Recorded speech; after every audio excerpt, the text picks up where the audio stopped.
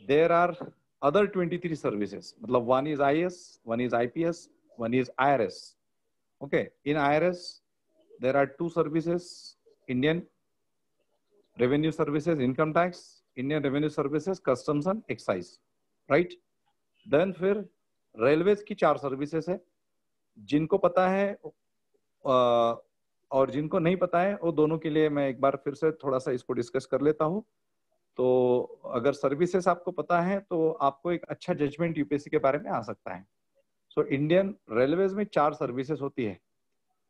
Indian railway traffic service, मेरा एक student जो है doctor Shinde Tushaba Indian railway personnel service में है, और दूसरा जो स्टूडेंट है इंडियन डॉक्टर रामदास भी से इंडियन रेलवे ट्रैफिक सर्विसेज में है। सो ये जो लोग हैं सिलेक्ट हुए, ये यूपीएससी दे के सिलेक्ट हुए, और उनका सिलेक्शन उनके रैंक के हिसाब से, ऑल इंडिया रैंक, और फिर उनकी जो कैटेगरी है उसके हिसाब से ये सर्विसेज में हुआ। तो रैंक उनका काफी लंबा था, मतलब 500 बियॉन्ड होगा तो फिर उन्हें दे गॉट दी सर्विसेज। अगर आपका रैंक 100 में 200 में आता है, so if you are general category candidate you can get IAS in within 100 position if you are within 100। और अगर वही फिर अगर कोई ओबीसी कैंडिडेट है तो 200 पे आईएएस मिल जाता है नॉर्मली। तो इस तरह से वो कैटेगराइजेशन वगैरह उसमें होता है। सो इन लोगों को भी आईआरएस इंडियन रेलवे सर्विसेज में जो पूरी पर्सनल सर्विस है और ट्रैफिक सर्विसेज है वो मिल गई। तो रेलवे की 4 सर्विसेज होती है, एक होता है ट्रैफिक, दूसरा होता है रेलवे पर्सनल सर्विसेज, तीसरा होता है ऑडिट सर्विसेज, रेलवे का ऑडिट एंड अकाउंट, चौथा जो होता है वो railway security. Okay, railway security normally हम लोग क्या देखते हैं, जैसे किसी भी रेलवे स्टेशन पे हम जाते हैं, so normally we can see staff of railway police force, that is your this one. Excuse me sir. हाँ, यस। थर्ड सर्विस आपने क्या बताया? रेलवेज में हाँ, इंडियन रेलवे देखो, ट्रैफिक सर्विस एक है, रेलवे पर्सनल सर्विस एक है, और रेलवे प्रोटेक्शन फोर्स है, Indian railway protection force. Okay, और railway audit services, railway account and audit services, ठीक है, इंडियन रेलवे। ओके, ये 4 सर्विसेज है। फिर आपको इंडियन फॉरेन सर्विसेज एक है, इंडियन फॉरेन सर्विसेज। अगर आपको इंडिया के एम्बेसडर के तौर पे, इंडिया के डिप्लोमेट, इंडिया के रिप्रेजेंटेटिव के तौर पे अगर आपको जाना है, then there is one service which is called as Indian Foreign Services. Okay, so if you qualify UPSC civil services examination, and if your name come in the list, and if you are a ranker, if you have secured a very good rank through UPSC civil services examination, then आपका IFS के लिए selection हो सकता है, और उसकी seats बहुत कम होती है। मतलब say for example if there are 1000 seats, so 1000 seats are getting distributed into 26 services, and out of this 26 services one service is foreign services. Foreign services को maximum 30-40 max to max 50 seats allocate होंगी। मतलब ये 1000 में से कितनी seats रहेंगी उसकी? 40 या 50 सीट्स रहेंगी, ठीक है। लेकिन आईएएस काफी ज्यादा होते हैं, हर साल आईएएस अभी बढ़ रहे हैं, बिकॉज आईएएस लोगों का काम कहाँ पे होता है? पूरे ऑल ओवर इंडिया में होता है, हर डिस्ट्रिक्ट में होता है। तो हमारी इतनी सारी स्टेट्स है, इतनी सारी यूनियन टेरिटरीज है, तो वहां पे डिस्ट्रिक्ट्स में आईएएस लोगों का काम होता है। तो आईएएस की पोजीशंस, आईएएस की पोस्ट जो है या फिर वैकेंसीज है वो हर साल अच्छी होती है। सो 100+ नॉर्मली अभी जो है आईएएस की वैकेंसीज होती है। फिर आईपीएस भी है, आईपीएस का भी काफी सारा डिमांड है, हर साल आईपीएस की पोजीशंस अगेन 100+ वगैरह होती है। फिर आपके रेलवे सर्विसेज वगैरह जो है, तो रेलवेज में भी फिर थोड़ा कम ज्यादा रेलवे ट्रैफिक होगा तो फिर उसके 30 वैकेंसीज रहेंगी, पोस्ट होगा, रेलवे प्रोटेक्शन होगा तो उसकी 20-25 वैकेंसीज वगैरह होंगी। तो इस तरह से फिर अलग अलग सर्विसेज की अलग अलग वैकेंसीज होती है आउट ऑफ टोटल वैकेंसीज। सो ये कुछ सर्विसेज होगी। फिर उसके बाद फॉरेन सर्विसेज मैंने कहा, उसके साथ ही साथ फिर इंडियन ऑडिट अकाउंट सर्विस है, इंडियन डिफेंस अकाउंट सर्विस है, इंडियन सिविल अकाउंट सर्विस है। Okay, then Indian corporate law service है, इंडियन पोस्टल सर्विसेज है, इंडियन ट्रेड सर्विसेज है, इंडियन टेलीकम्युनिकेशन सर्विस है, ठीक है। तो ऐसे काफी सारी सर्विसेज है। और फिर डेप्यूटी कलेक्टर और डीवाईएसपी इन यूनियन टेरिटरीज, जो भी हमारे देश की जो यूनियन टेरिटरीज है, केंद्र शासित प्रदेश, okay. So if you want to enter into this union territories at the level of deputy collector and DYSP, then you need to qualify UPSC civil services examination. Okay, आप ऐसे उस state की कोई exam नहीं होती अलग से, ये यूपीएससी थ्रू ही आप डेप्यूटी कलेक्टर और डीवाईएसपी के पोजीशन पे यूनियन टेरिटरीज में जा सकते हो. ओके, सो ये काफी सारी सर्विसेज है. You can get a list of all this services upsc.gov.in, जो यूपीएससी का वेबसाइट है, तो उसमें आपको लिस्ट पूरी उसकी मिल जाएंगी. ठीक है, या जिसको सिर्फ को अगर किसी को चाहिए ये सारी चीजें, तो आप व्हाट्सएप पे मुझे बाद में, ये 3 दिन का जब हो जाएगा ना प्रोग्राम हमारा, तो 3 तारीख को मुझे आराम से जरा मेल मैसेज वगैरह कर देना. मेरा जो नंबर है 8108016455, आई थिंक सबके पास से होना चाहिए, मंगेश बोरकर सर या फिर संबोधि आईएएस एकेडमी मुंबई इस नाम से. तो afterwards we can communicate and I can share this kind of technical information through WhatsApp number. ठीक है, तो व्हाट्सएप पे आप लोग मुझसे बाद में लिंक होके हम लोग ये बातें शेयर कर सकते हैं. तो the most important thing is to know about the services. देखो काफी सारे स्टूडेंट्स ऐसे होते हैं ना, मतलब मेरे पास अभी दिल्ली रिटर्न, पुणे रिटर्न वगैरह वगैरह स्टूडेंट्स आते हैं, जिन्होंने 1-1, 2-2 साल क्लासेस वगैरह की है काफी जगहों पे. और फिर उसके बाद मैं जब जस्ट ऐसे ही क्वेश्चन पूछता हूँ उनको कि सर्विसेज के बारे में पता है क्या, ये फिर बेसिक इंफॉर्मेशन, तो काफी लड़कों को पता नहीं होता. मतलब 1 साल कोचिंग करने के बाद अगर आपको ये सर्विसेज के बारे में पता नहीं है, तो फिर आपके उस कोचिंग का या गाइडेंस का कोई फायदा नहीं है. राइट, कोई फायदा इन द सेंस कि आपको ये बेसिक जो बातें हैं वो पता होनी चाहिए. क्योंकि आप जब यूपीएससी की प्रीलिम्स क्वालिफाई करते हो, तो जब आपको मेंस एग्जामिनेशन लिखनी होती है ना, तो मेंस टाइम में आप यूपीएससी वाले जो है, यूपीएससी ऑनलाइन आपको एक पीडीएफ भेजते हैं, मतलब एक फॉर्म भेजते हैं जिसको डीएएफ कहा जाता है, detail application form. Okay, main stage पे, मतलब प्रीलिम्स में तो एक आपका एक अलग से डिटेल एप्लीकेशन फॉर्म भरा जाता है, लेकिन मेंस में आपको प्रेफरेंसेस पूछे जाते हैं कि which service, okay, means you want to go for which service, कौन से स्टेट कैटेगरीज. ओके, तो उस समय आपको रैंकिंग पता होनी चाहिए कि बाबा फर्स्ट ऑप्शन मेरा आईएएस है, सेकंड मेरा आईपीएस है, थर्ड मेरा फॉरेन सर्विसेज है, फोर्थ में जाऊंगा तो मुझे ऑडिट अकाउंट में जाना है, कि सिविल अकाउंट में जाना है, कि डिफेंस अकाउंट में जाना है, कि रेलवेज के अलग अलग सर्विसेज में जाना है. Okay, so hello, so my first suggestion for, hello, मेरा रिपीट आवाज आ रहा है क्या? किसी का अगर माइक शुरू हो जाता है ना, तो मेरा कभी कभी रिपीट आवाज आ जाता है, तो आपका माइक ना आप लोग चेक करके रखना. कभी कभी मुझे प्रॉब्लम होती है, फिर रिपीट आवाज आने लगता है मेरा. Okay, so you check your, please check your mic also. So anyway, so यहाँ तक समझ में आ गया कि अगर आप सिविल सर्विसेज का एम रखते हैं तो you should no services, details of services, functioning क्या है. ट्रेड सर्विसेज में अगर व्यक्ति जाता है तो what is the function of trade service. Telecommunication में जाते हो तो टेलीकम्युनिकेशन का क्या महत्व है, आईएएस का क्या महत्व है, आईपीएस का क्या महत्व है, वगैरह वगैरह. अभी देखो नॉर्मली स्टूडेंट जो है ना, या फिर even parents also, their main intention, जो स्टूडेंट्स होते हैं उनका जो मेन इंटेंशन होता है, वो इंटेंशन होता है, एक मिनट, वो जो इंटेंशन होता है वो होता है आईएएस बनना या आईपीएस बनना. मैक्सिमम स्टूडेंट्स का, आप किसी को भी पूछ लो ना, तो क्या कर रहे हैं, तो आईएएस की प्रिपरेशन कर रहा हूँ. क्या बनना है, तो आईएएस बनना है.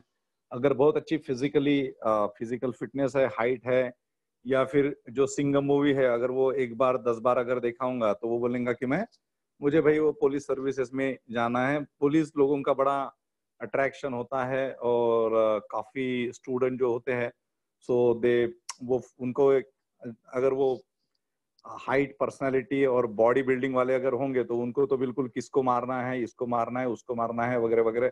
ऐसा अगर थोड़ा सा एटीट्यूड रहता है तो वो बोलते कि नहीं, हमें आईपीएस ही बनना है. ठीक है, सो बेसिकली पुलिस सर्विसेज का एक अलग अट्रैक्शन काफी लोगों को होता है. मेनली अगर आपने साउथ के मूवीज अगर देखे होंगे, साउथ के मूवीज देखते हो क्या आप लोग? अगर आप चैनल्स आपके शुरू करोगे ना, तो वो साउथ के जितने भी आप साउथ के मूवीज जिसने देखा है, वो बोलेगा की मुझे आईपीएस ही बनना है. तो सिंघम जो आला होता आपल्या महाराष्ट्रामध्ये, म्हणजे बाजीराव सिंघम वाला, that is imported from south. वो इम्पोर्टेड पिक्चर है साउथ की। तो साउथ में अगर आप मूवीज देखोगे तो maximum student from the south, उनका जो ये होता है, एम होता है, that is to become, if they are preparing for IPS, तो उनका फीलिंग, उनका मेंटालिटी होता है कि क्या करना है, तो आईपीएस बनना है। क्योंकि जो हमारे, we can not deny the impact of this film industry on the common people, right. जो भी हमारा जो पहरा होता है, whatever we are wearing, that is also under the impact of this film industry. तो साउथ में ये पुलिस वर्दी वालों का बहुत इम्पैक्ट है। So many of the students from the South India, they prefer IPS like services. अभी क्या है ना कि why to go for IS, IPS and why to go for other services? IS के बारे में लोगों को पता रहता है कि IS is equal to collector. Okay, IS is equal to what? IS म्हणजे काय तर कलेक्टर आहे. बट IS ये क्या हमेशा कलेक्टर ही बना रहता है क्या? जो भी व्यक्ति IS होता है वो हमेशा कलेक्टर नहीं बना रहता। कलेक्टर ये उसके इनिशियल सिलेक्शन के बाद, मतलब जब उसका सिलेक्शन होने के बाद प्रोबेशन खत्म होता है, सो कुछ सालों में, एक से फॉर एग्जांपल 5-6 इयर्स के बाद कलेक्टरशिप मिलती है। उसके बाद फिर वो अलग अलग जगहों पे, अलग अलग पोजीशंस पे जाता है, अलग अलग डिपार्टमेंट्स में भी वो जाता है। म्युनिसिपल कॉर्पोरेशन जो होती है, जैसे फॉर एग्जांपल से like Thane, I am living in Thane.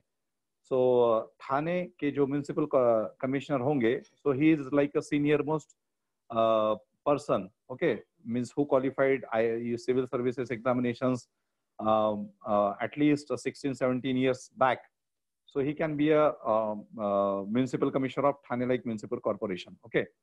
अगर मुंबई की है तो फिर तो और बहुत सीनियर चाहिए वो व्यक्ति। जितनी बड़ी म्युनिसिपल कॉर्पोरेशन है उतना बड़ा आपका यूपीएससी के सिलेक्शन के बाद का अनुभव चाहिए। फिर आप जब मंत्रालय में जाते हो, मतलब हमारे देश का जो पूरा एडमिनिस्ट्रेशन चलता है दिल्ली से, सेंट्रल सेक्रेटेरिएट है, केंद्रीय सचिवालय, right. There are so many different ministries and in every ministry there is a secretary level position. In every state there is a secretariat, है ना, हमारे राज्य का एक सेक्रेटेरिएट है। उस सेक्रेटेरिएट के जो भी अलग अलग डिपार्टमेंट्स होते हैं, उस डिपार्टमेंट्स के एक एक सेक्रेटरी होते हैं। वो सेक्रेटरी कौन होते हैं? Who are these people? ये जो सेक्रेटरी लेवल के जो लोग होते हैं वो कौन होते हैं? ये सारे के सारे सीनियर मोस्ट आईएएस ऑफिसर्स होते हैं। सीनियर मोस्ट आईएएस ऑफिसर्स मतलब जिसका सिलेक्शन होके 20 इयर्स कम से कम हुए हैं, ऐसे व्यक्ति ही उस लेवल पे जा सकते हैं। सो से education department, health department, tribal welfare department, minorities welfare department and so many other departments. So ये सारे के सारे जो डिपार्टमेंट्स हैं, इस सारे डिपार्टमेंट्स के जो सेक्रेटरी होते हैं वो सीनियर आईएएस ऑफिसर्स होते हैं। आपका जो कमिश्नरेट होता है उसके जो कमिश्नर होते हैं, मतलब एक कमिश्नरेट में काफी सारे डिस्ट्रिक्ट्स होते हैं, 3, 4, 5, 6, 7 ऐसे डिस्ट्रिक्ट्स आ सकते हैं। उस सारे कमिश्नरेट का जो विभागीय आयुक्त, जिसे डिविजनल कमिश्नर कहा जाता है, he is also senior IAS officer. अभी क्या है ना कि अगर आईएएस ऑफिसर इस अलग अलग पोजीशंस पे जाता है तो उसका इंपॉर्टेंस बहुत ज्यादा बढ़ जाता है। मतलब ही is a person who is in a decision making, ठीक है। In fact I can share with very important thing with you. जो आपके पुलिस डिपार्टमेंट होते हैं, पुलिस डिपार्टमेंट में जो आईपीएस होते हैं, that is one highest position. District level पे आप डायरेक्टली आईपीएस बनने के बाद डिस्ट्रिक्ट लेवल पे जाते हो। जैसे मेरा जो स्टूडेंट है, फर्स्ट अटेम्प्ट में आईपीएस बना एट द एज ऑफ 24.5। 2008-9 के बैच में काला चौकी में मेरा ब्रांच था, कॉटन ग्रीन में, मुंबई में। And in 9-10 he prepared his self, मतलब उसने सेल्फ प्रिपरेशन, फिर उसका रिवीजन वगैरह सब किया। और 10 को उसने एग्जाम दी, doctor Praveen Munde. Now he is a SP of Ratnagiri, okay. So बहुत कम एज में है अभी, उसका 33 एज है उसका। So he qualified this examination at the age of 24.5। वो आईपीएस है, लेकिन आईपीएस बनने के बाद भी उसने सेकंड अटेम्प्ट फिर से दिया क्योंकि उसका आईएएस बनना था। सो फर्स्ट अटेम्प्ट में आईपीएस बना, त्रिपुरा कैडर मिला। फिर से सेकंड अटेम्प्ट दिया यूपीएससी का, फिर से आईपीएस बना, लेकिन फिर महाराष्ट्र कैडर बना, महाराष्ट्र कैडर मिल गया। अभी थर्ड अटेम्प्ट देने का उसको कुछ मतलब ये नहीं लगा, तो उसने थर्ड अटेम्प्ट नहीं दिया, because he got Maharashtra cadre, और महाराष्ट्र कैडर में आपको आईएएस मिले या फिर आईपीएस मिले, दोनों मतलब टॉप मोस्ट पोजीशन है। लेकिन फिर भी with respect to administration, IAS ही इज हैविंग एज। आईएएस जो होते हैं ना, उनको एक थोड़ा सा अपर हैंड होता है, मतलब कलेक्टर जो होता है और अगर एसपी है, तो दोनों में कलेक्टर को ज्यादा पावर्स होते हैं with respect to certain things, not with respect to the police administration, ठीक है। सो बेसिकली ये बात ध्यान में रखो कि हमारा जो हमारे देश का या फिर हमारे राज्य का ही हम देखेंगे, हमारे महाराष्ट्र स्टेट का जो होम डिपार्टमेंट है, होम डिपार्टमेंट में सारे के सारा का सारा पुलिस प्रशासन आता है। Entire police administration is under home department. But who is the principal secretary of home department? Principal secretary of home department is the senior most IAS officer. समझ में आ रहा है मैं क्या बोल रहा हूं आप लोगों को? Can you hear me all? Are you getting the things which I am discussing with you? ऐसा नहीं होना चाहिए कि मैं इधर बात कर रहा हूँ, बोल रहा हूँ और आप लोगों को कुछ समझ में नहीं आ रहा है। अगर ऐसा कुछ भी हो रहा है तो प्लीज लेट मी नो। मैं थोड़ा सा सर कैन आई आस्क? हाँ बोलो, हाँ बोलो, हाँ बोलो, कौन बोल रहा है? हेलो, नाम बताइए, नाम बता के मुझे क्वेश्चन पूछते जाइए थोड़ा सा। हेलो, आवाज आ रही है मेरी? मेरी आवाज आ रही है? सगळ्यांना आवाज येते माझा?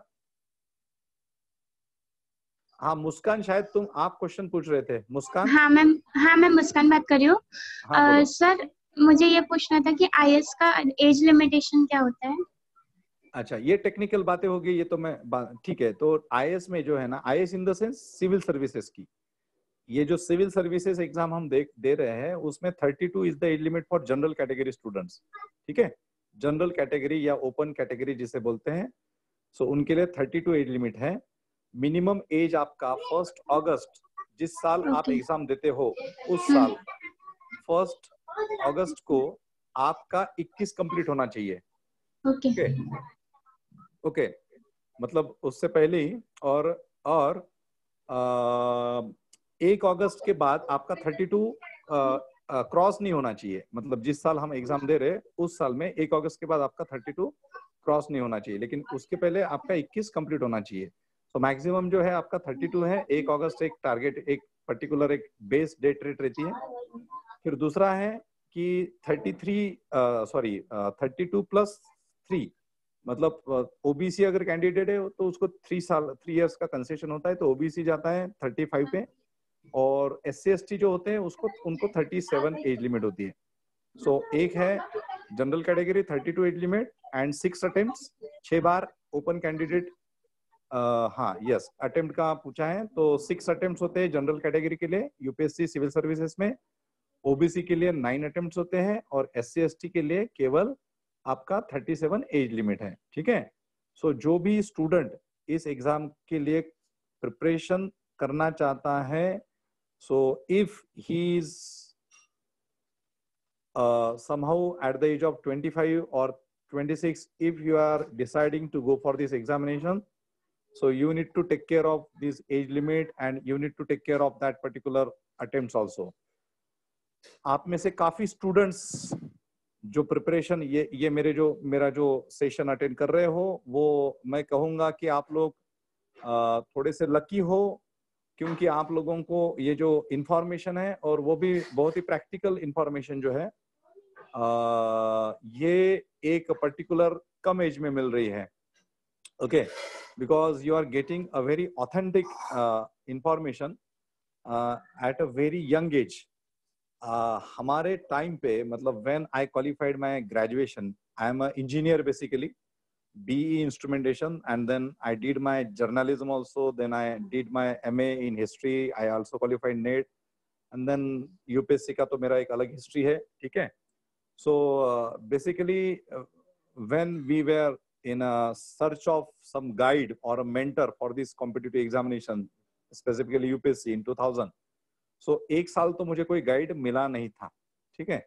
मैं I belong to Nagpur district of Maharashtra, so मुझे कोई गाइड नहीं मिला था एक साल तक। और एक ऑफिसर के पास मैं गया था जिन्होंने यूपीएससी रिसेंटली क्वालिफाई की थी और वो ट्रेनिंग पे थे नागपुर में। तो मैं उनके पास जब गया तो उन्होंने मुझे सिर्फ चाय पिलाई थी घर पे, गाइडेंस तो कुछ दिया नहीं था, सिर्फ चाय पिलाई थी और कहा था कि अगर पॉकेट में अगर पैसे होंगे तो दिल्ली में जाओ, वहां पे सारा गाइडेंस मिल जाता है। सो पॉकेट में तो उतने पैसे नहीं थे, लेकिन फिर भी एडजस्टमेंट करके मैं दिल्ली गया था। I had been at Delhi for 2 years where I failed my first 2 UPSC civil services prelims attempts even after joining classes, right? So कैसा होता है ना कि मैंने जैसे आपको शुरुआत में ही बताया कि केवल क्लासेस ज्वाइन करना मतलब सारा का सारा आपको सब कुछ पूरी दुनिया पता चल गई और बस आपने क्लास ज्वाइन कर लिया और आप बन गए आईएएस, ऐसा नहीं होता है। तो खुद को बहुत मेहनत करनी होती है, ठीक है। एंड देन 2004 से मेरे रिजल्ट्स वगैरह आने स्टार्ट हुए थे। इन 2004 आई टुक माय फर्स्ट मेंस। 2004 में मैंने मेरा प्रीलिम्स क्वालिफाई करके फिर मेंस वगैरह दिया था। तो सबसे इम्पोर्टेंट बात है दोस्तों कि जब भी हम इस प्रिपरेशन के लिए शुरुआत करते हैं तो ये जो बेसिक चीजें हैं, एज लिमिट क्या होती है, अटेम्प्ट्स क्या होता है, सिलेबस क्या होता है, सर्विसेज कौन सी होती है, ये जो बहुत माइन्यूट जो चीजें है ना, यही चीजें अच्छे से समझ लेना और फिर उसके अकॉर्डिंगली अपना एक प्लान, अपना एक स्ट्रेटेजी तैयार करना, ये बहुत इंपॉर्टेंट बात है। और आप में से जो लोग अंडर ग्रेजुएट है उनके लिए सबसे फायदे की बात यह है कि आप लोगों को अभी कम से कम, अगर आप जस्ट 12th की एग्जाम दिए हैं, सो 12th के बाद आप जो भी अभी ग्रेजुएशन करेंगे, मतलब आप you can go for BA, BCom, BSc, law, whatever, MBBS, engineering and whatever, आप कुछ भी कीजिए, लेकिन आप 3 साल में ये यूपीएससी लेवल की जो एग्जाम है ना उसकी पैरेलली प्रिपरेशन कर सकते हैं। बिकॉज क्या होता है कि हमारे हमारे यहाँ पे हम कॉलेज में जब जाते हैं, मतलब ग्रेजुएशन लेवल पे, तो कॉलेजेस भी हमारे ढंग से नहीं होते हैं। मतलब कॉलेज रहता है, आपका बिल्डिंग रहता है, सब कुछ रहता है, लेकिन students first year, second year, third year में कॉलेज में कहाँ पे रहते हैं? वो तो कॉलेज के बाहर ज्यादा रहते हैं। कॉलेज में आपके लेक्चरर्स होते हैं, है ना। सो कॉलेज के बाहर मैक्सिमम स्टूडेंट्स होते हैं। जैसे काफी टाइम में मेरे काफी कॉलेजेस में, मुंबई के कम से कम 50-60 कॉलेजेस में मेरे सेशंस हो चुके हैं। महाराष्ट्र के बड़े बड़े कॉलेजेस में मेरे सेशंस हो चुके हैं। तो जो वहाँ के जो बेचारे प्रोफेसर्स होते हैं उनको ऐसा पकड़ पकड़ के लाना होता है स्टूडेंट्स को, अरे चलो यूपीएससी के ऊपर लेक्चर है, ये है, तो कोई किसी को कोई उतना इंपॉर्टेंस नहीं होता। तो ये 3 साल जो हम वेस्ट करते हैं ना, इसमें जो हमारा हमारा हमारा जो बहुत ही कंस्ट्रक्टिव टाइम जो होता है, so if you are wasting this time, so like that is contributing to kill your best career. Okay, जो पॉसिबल बेस्ट करियर था उसका आपने एक टाइम पास कर लिया। लेकिन होप्स छूट गई है या होप्स नहीं है, ऐसी कोई बात नहीं है। बिकॉज ग्रेजुएशन के बाद भी आप आराम से, मतलब 1 साल 2 साल दे के इसकी प्रिपरेशन करके 2 साल में आप डेफिनेटली पोस्ट इसकी निकाल सकते हो, ठीक है। सो जो लोग अभी अंडर ग्रेजुएट लेवल पे है उन लोगों के लिए ये सेशन बहुत ही इंपॉर्टेंट रहेगा, क्योंकि आपके पास टाइम है। जिनका ग्रेजुएशन ऑलरेडी हो चुका है उनकी भी उम्मीदें अभी कायम है। Because 32 is the age limit. So ऐसा नहीं है कि 32 तक एज लिमिट है तो चलो भाई 5 ईयर का प्लान बना देते हैं। एक अटेम्प्ट किस में देंगे? जस्ट ट्रायल, दूसरा अटेम्प्ट, सेकंड अच्छा ट्रायल, दूसरा अच्छा ट्रायल, और फिर तीसरे अटेम्प्ट में प्रीलिम्स क्वालिफाई होंगे, फिर चौथे अटेम्प्ट में फिर गए तो गए इंटरव्यू को, और फिर 5वें अटेम्प्ट में फिर क्वालिफाई हो गए तो हो गए, नहीं तो फिर 6वें अटेम्प्ट में निकाल देंगे। सो ये अगर स्ट्रेटेजी और ये अगर आपका आउटलुक है तो don't go for civil services examination. आपका अप्रोच, आपकी स्ट्रेटेजी और आपका एटीट्यूड होना चाहिए कि मुझे इस एग्जाम्स को 2 अटेम्प्ट में, मैक्स टू मैक्स 2 अटेम्प्ट में 2 साल के प्रिपरेशन में क्वालिफाई करना है। ओके, सो चलो हम आगे बढ़ते हैं। अभी यहाँ तक मेरी बात समझ में आ गई होंगी आप लोगों को कि if you are going for competitive examination and specially civil services examination, so हमारे पास क्या क्या चाहिए? You should have a knowledge of all services offered by civil services examination. So civil services examination आपको क्या ऑफर करती है वो मैंने बताया। उसके बाद मैंने बताया कि IAS is the most prestigious one. सारी की सारी प्रेस्टिजियस है, but the IAS is the most prestigious because IAS व्यक्ति किसी भी डिपार्टमेंट में जा सकता है, लेकिन बाकी डिपार्टमेंट के जो व्यक्ति है, जो ऑफिसर्स है, वो उसी डिपार्टमेंट्स में नॉर्मली रहते हैं। एक एक एक ये होता है प्रोबेशन नाम का एक, मतलब there is a word probation, not probation, that is the very specific word. जैसे मेरे काफी सारे जो बैचमेट्स है, they came to Maharashtra cadre now. They belong to other cadres. One of my batchmate is Yaspin National Investigation Agency, NIA में मेरा एक batchmate है. हम 2006 में वो मेरे साथ मेंस में था, अभी वो NIA नेशनल इन्वेस्टिगेशन एजेंसी में SP है. मेरा एक जो दूसरा बैचमेट है IPS, वो अभी हिंगोली में है. और मेरे काफी सारे बैचमेट्स अभी बिहार कैडर से, नागालैंड कैडर से, त्रिपुरा कैडर से महाराष्ट्र में आए हैं, IS IPS जो है. सो क्या होता है कि आप अगर IS में हो तो आप अलग अलग इसमें जा सकते हो. अगर दूसरे सर्विसेज में हो तो नॉर्मली ये होता है कि you are in that services only. लेकिन अभी ऐसा हो रहा है कि IPS का जो बंदा है, सो IPS वाला भी थोड़ा सा एडमिनिस्ट्रेशन में आ रहा है, या फिर IRS है, इंडियन रेवेन्यू सर्विसेज में जिसका सिलेक्शन हुआ है. सो अगर इनकम टैक्स में है, so he should continue with the income tax. लेकिन अभी ऐसा हो रहा है कि कुछ कुछ इनकम टैक्स के लोग, कुछ कुछ कस्टम्स डिपार्टमेंट के लोग, वो जो है वो डायरेक्ट एडमिनिस्ट्रेशन में भी आ रहे हैं. मतलब उनका सिलेक्शन हुआ था IRS, इनकम टैक्स या फिर customs, but they are coming to the general administration. So ये बातें भी अभी होती है, लेकिन वो बहुत कम होता है. Okay, so this is about services. अभी नेक्स्ट पार्ट है इस प्रिपरेशन का, the pattern of the examination. So I think कि most of the candidate knowing the pattern of this examination. काफी लोगों को शायद पैटर्न पता होगा. कितने लोगों को पता है pattern of examination? Okay, very good. Sakshi, माहिती आहे तुला? ओके, साक्षी काय पॅटर्न आहे सांग. हाँ साक्षी, साक्षी आवाज. हॅलो. हाँ साक्षी बोला. सो प्रिलिम्स असतात. प्रिलिम्स मध्ये GS चा पेपर असतो, CSAT चा पेपर असतो.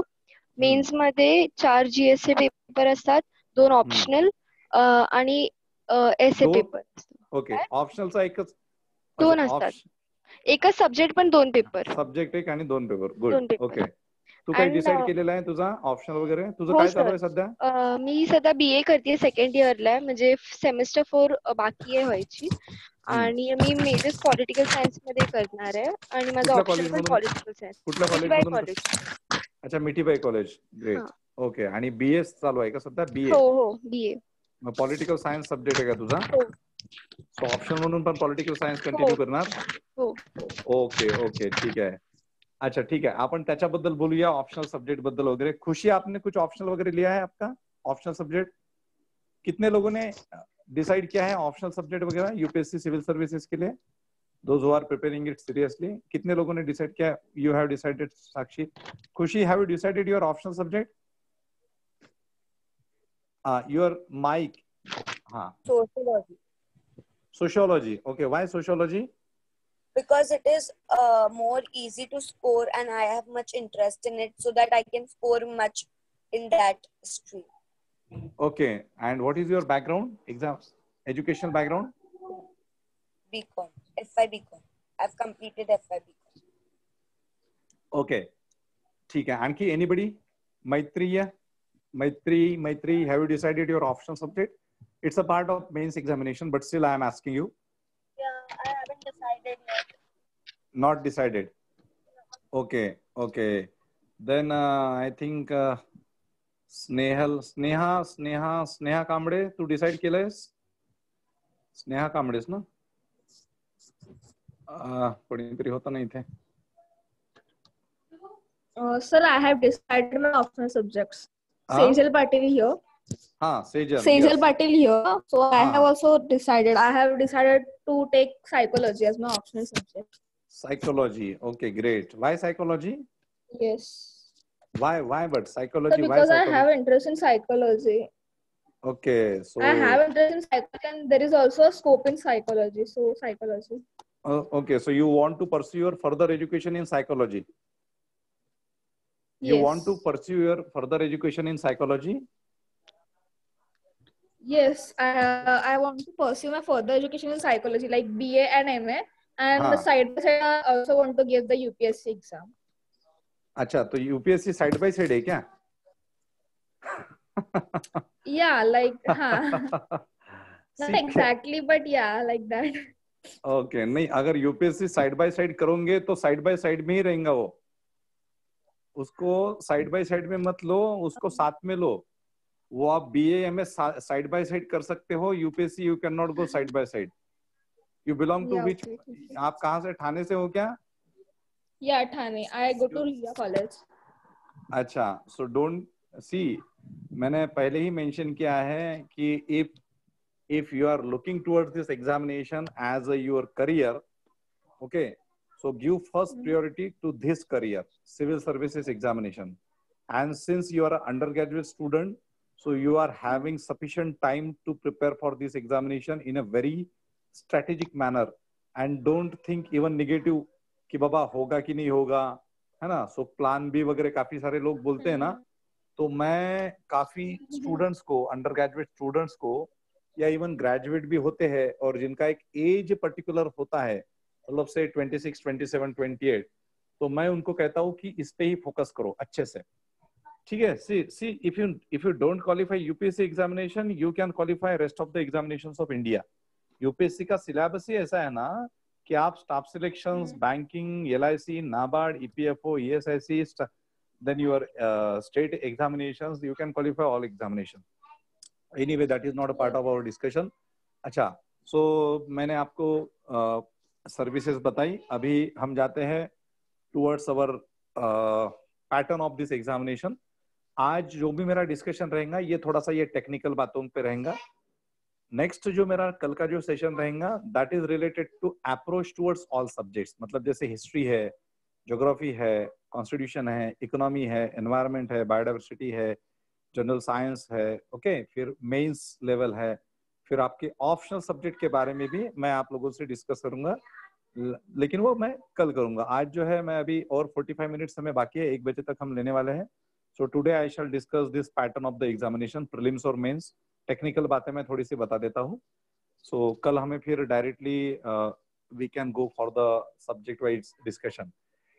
अभी जैसे आपका प्रीलिम्स एग्जामिनेशन जो है उसमें साक्षी ने बताया अभी कि there is one subject and then there is second subject also, so 2 subjects are there. Prelims examination there are 2 subjects. One is general studies 1, second is general studies 2, which is called as CSAT, civil services aptitude test, ठीक है। आता ये जो first paper जो होता है आपका prelims का फर्स्ट पेपर, उसमें first paper is the most important paper, क्योंकि आप जो सेकंड स्टेज में जाने वाले हो that is only because of your first paper, okay. अभी जो सेकंड पेपर है, ये सेकंड पेपर कुछ सालों पहले स्कोरिंग था, मतलब इसमें एक स्कोर करोगे तो ही आप सेकंड स्टेज पे जा सकते थे, दैट इज मेन स्टेज। लेकिन अभी कैसा है कि सेकंड पेपर इज 33% क्वालिफाइंग, मतलब आउट ऑफ 200 मार्क्स, 200 मार्क्स का पेपर होता है, out of 200 marks you just need to score 67 marks, 67, okay. 67 marks जे आहेत ते तुम्हाला याच्यामध्ये घ्यायचे असतात, 67 मार्क्स ओनली। नाउ आप बोलोगे कि अरे ये तो कोई डिफिकल्ट बात नहीं है, लेकिन ये बात ध्यान में रखना कि यूपीएससी ऐसी एग्जाम है कि इवन दो आपने इंटरव्यूज भी दिया होगा या आपका सिलेक्शन भी हुआ होगा, तो नेक्स्ट टाइम कोई गारंटी नहीं रहती कि आप फिर से सिलेक्ट हो, या इसकी भी गारंटी नहीं होती कि आप वो सेकंड जो पेपर जो आपने क्वालिफाई किया था 80 मार्क्स 100 मार्क्स लेके, उसमें आपको 66 मिलेंगे कि 65 मिलेंगे कि आपको 100 मिलेंगे, इसकी भी कोई गारंटी नहीं रहती। हाँ, so don't you should not take any chance with respect to this examination. हाँ, मैंने काफी स्टूडेंट्स देखे हैं, मेरे खुद के ही स्टूडेंट्स जिनको मैंने IAS IPS IRS बनाया, मेरे खुद के ही स्टूडेंट्स एक अटेम्प्ट में पास हो गए, दूसरे अटेम्प्ट में फाइनल सिलेक्शन होने के बाद भी प्रीलिम्स भी क्वालिफाई नहीं हुए, ओके, या फिर प्रीलिम्स में बिकॉज ऑफ सेकंड पेपर वो अटक गए, even though it is a qualifying nature paper, okay. So from the beginning only you need to have a very sincere and serious approach towards this particular examination. तो अभी ये जो पहला paper है उसको मैं थोड़ा सा बताता हूँ आपको। फर्स्ट जो पेपर है ना, जनरल स्टडीज 1, उसमें 7 पोर्शंस है लगभग। एक है Indian history, okay. Indian history का जो सिलेबस है वो सिंपली एक लाइन में डिस्कस किया उन्होंने कि Indian history and the freedom struggle movement. Okay, Indian history and the freedom struggle movement, simple. Okay, there is no narration, no description about this syllabus, one line syllabus है, ठीक है। अभी इसको हम बाद में डिस्कस करने वाले हैं सारे इसको, इसलिए आप इसीलिए हमें 3 दिन लगने वाले हैं ये सब डिस्कस करते करते, ठीक है। फिर सेकंड जो है, सेकंड उसमें जो टॉपिक है that is Indian and the world geography, उसमें फिर physical geography of India and the world, okay, human geography of the India and the world, likewise, okay, physical geography, human geography, economic geography वगैरह वगैरह ऐसा, ठीक है। Third Indian economy, okay, और Indian economy का जो रिलेशन है वो वर्ल्ड इकोनॉमी, जरा थोड़ा सा, okay, economy, Indian economy. Fourth part environment and biodiversity, environment and biodiversity म्हणजे ज्याला आपण मराठीमध्ये म्हणतो की पर्यावरण, ओके, आणि जैविक विविधता, एनवायरमेंट एंड बायोडायव्हर्सिटी, पर्यावरण आणि जैविक विविधता। Fourth part is our Indian constitution, Bharat का संविधान, okay, constitution of India. Then fifth part is general science. Now general science में जैसे basic biology, human anatomy, you should have a knowledge about human anatomy, ये जो हमारा मानवीय शरीर है उसके बारे में हमें पता चल होना चाहिए। अभी जैसे कोरोना की वजह से हम लोग घर पे बैठे हैं, है ना, कोरोना की वजह से घर पे बैठे हैं, तो कोरोना ने इतना भयंकर रूप धारण कर लिया कि उसने सबको घर पे बिठा दिया। तो ये कोरोना क्या है? वायरस है। सजीव है कि निर्जीव है? कोरोना सजीव आहे की निर्जीव आहे? जीव आहे का त्याच्यामध्ये? कोरोना अरे निर्जीव आहे, निर्जीव है ना, निर्जीव है, ओके, पण निर्जीव असून पण भयानक आहे, ओके। नाउ कोरोना की एक सीरीज है जिसमें ये सबसे भयानक सीरीज वाला है, ठीक है, सबसे भयानक सीरीज वाला। सो इसका भी म्यूटेशन वगैरह हो रहा है, ये ज्यादा ताकतवर बन रहा है। काफी सारे लोग बताते हैं कि बाबा इसका ये बहुत ज्यादा ताकतवर बन रहा है, इसके बारे में कुछ समझ में नहीं आ रहा है। Now what is this? ये जो कोरोना है it's a part of your biology section, science section, general science section, right. तो ये क्या हो गया कि करंट है, तो if you are appearing for competitive examination and if you are appearing for any coming examination, so you should have a knowledge about this particular thing, right. तो science आहे, त्याच्यानंतर मग एक पार्ट आहे that is called as current affairs, GK and GK and current affairs. Current affair is national affairs, international affairs, okay. Current affair is national affairs and international affairs, okay. So this is like a syllabus of this particular first paper. एक हो गया history, दूसरा हो गया geography, third Indian constitution, fourth our economy, environment and biodiversity, then your current affairs section, current affairs के साथ साथ general knowledge भी, okay. Now general knowledge is a different thing. Shah Jahan ने ताजमहल कहाँ पे बनाया, ये क्या हो गया? जनरल नॉलेज का क्वेश्चन। शाहजहां ने ताजमहल कहाँ पे बनाया, ये हो गया जनरल नॉलेज का क्वेश्चन। और which of the following statements with respect to the Taj Mahal is are true. फिर उसमें के लिए उससे रिलेटेड, कंस्ट्रक्शन से रिलेटेड 4-5 स्टेटमेंट्स देना, okay. The construction of the Taj Mahal started in so and so year, okay. The replica of the Taj Mahal is at so and so place. Taj Mahal is having an influence of so and so Persian architecture, Greek architecture वगैरह वगैरह, ठीक है। ये जो है ना, इसका description जो है ना, this is a part of general studies. मतलब इसमें कल्चर भी आ गया, इसमें थोड़ी सी ज्योग्राफी भी आ गई, है ना, इसमें आर्ट एंड आर्किटेक्चर आ गया, और इसमें फैक्चुअल इंफॉर्मेशन। सो जनरल नॉलेज और जनरल स्टडीज में क्या होता है कि जनरल नॉलेज एस्टैब्लिश फैक्ट्स होती है, और जनरल स्टडीज में जनरल नॉलेज भी होता है और उसका डिस्क्रिप्शन भी होता है, ओके। सो ये इतने सारे टॉपिक्स है हमारे पास। current affairs, international relations, geography, constitution, economy, biodiversity and other things. ठीक है, छोटे मोटे जो भी है.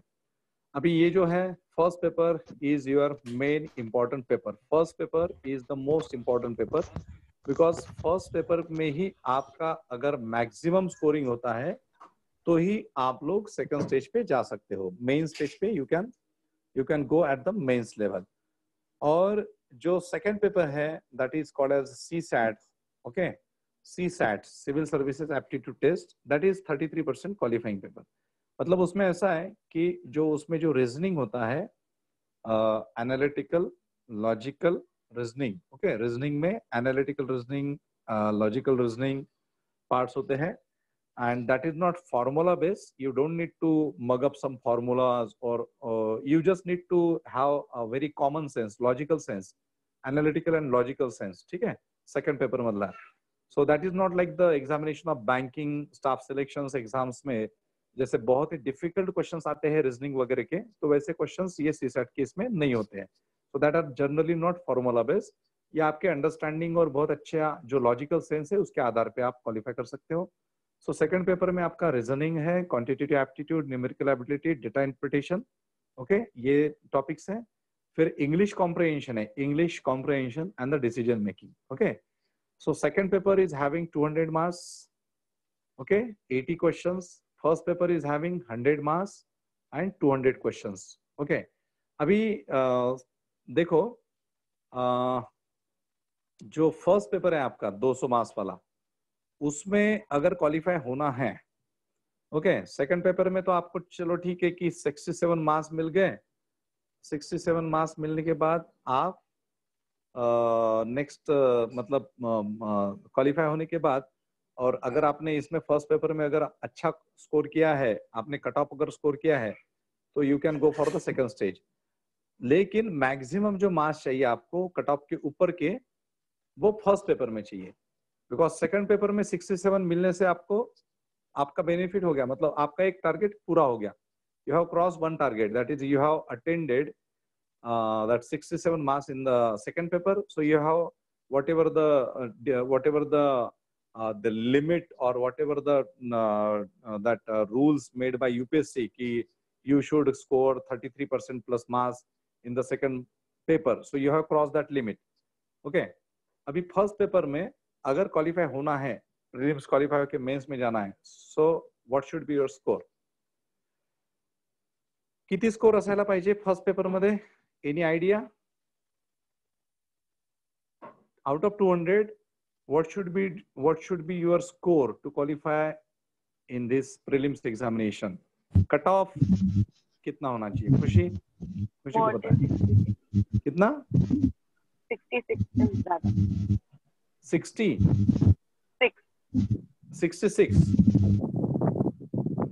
नहीं, आपका जो कट ऑफ है, जैसे अभी 200 मार्क्स है, 200 मार्क्स आते हैं, right? 100 questions and 200 marks. So in terms of marks मुझे बताइए कि कितना आपका कट ऑफ होना चाहिए मिनिमम, कि सो दैट आप मेन स्टेज पे जा सकते हो. हाँ रोशन सांगा. हाँ रोशन, तुमचा माइक ऑन करा रोशन.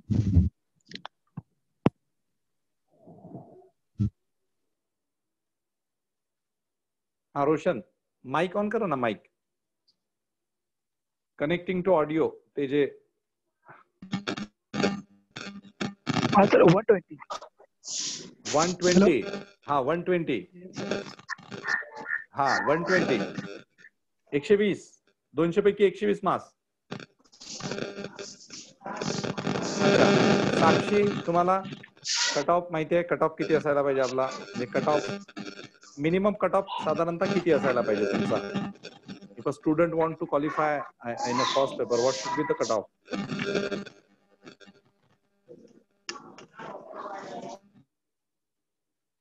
Sakshi, any idea?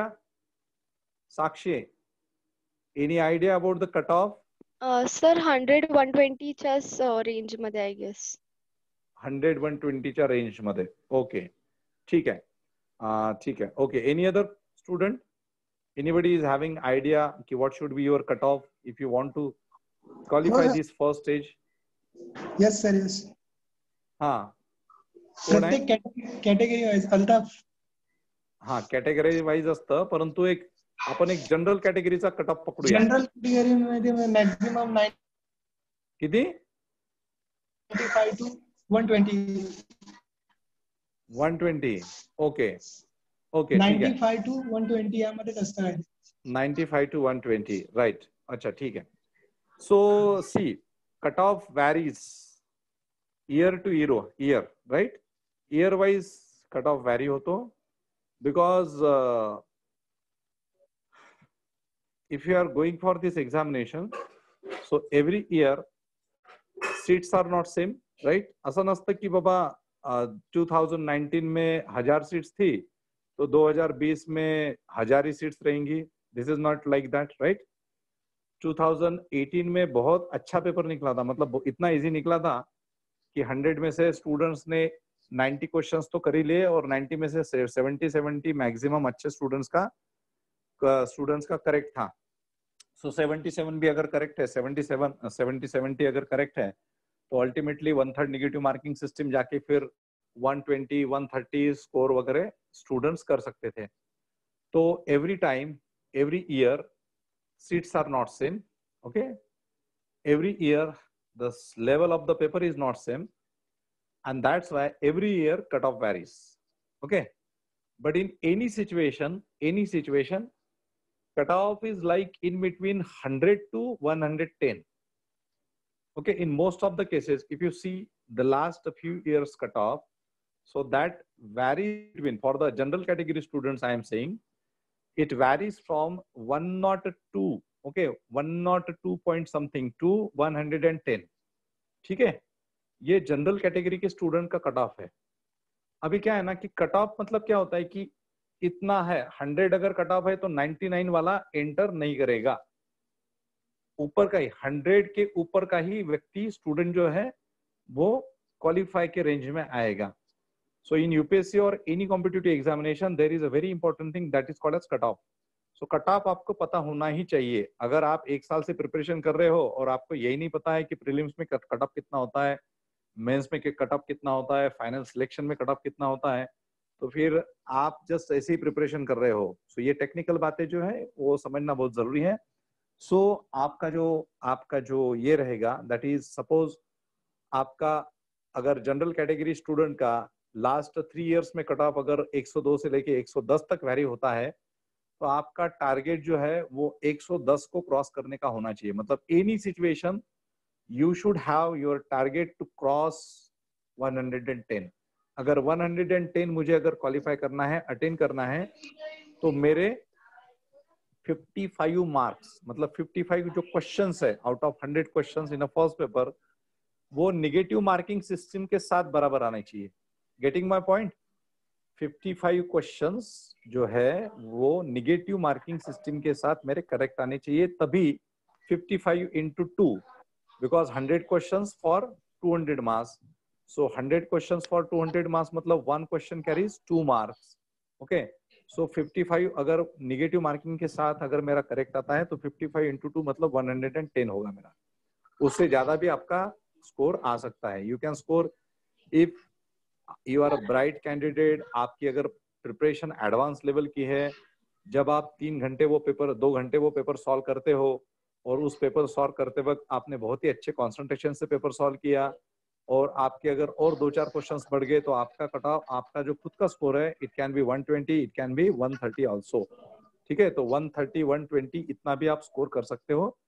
लेकिन सारे स्टूडेंट्स को ये पॉसिबल नहीं होता. कुछ लोग केवल कट ऑफ क्वालिफाई कर पाते हैं. ठीक है, so I am telling you, you need to see this thing कि what is the cutoff of this examination, and then accordingly for the rest of the category students there is a cutoff range.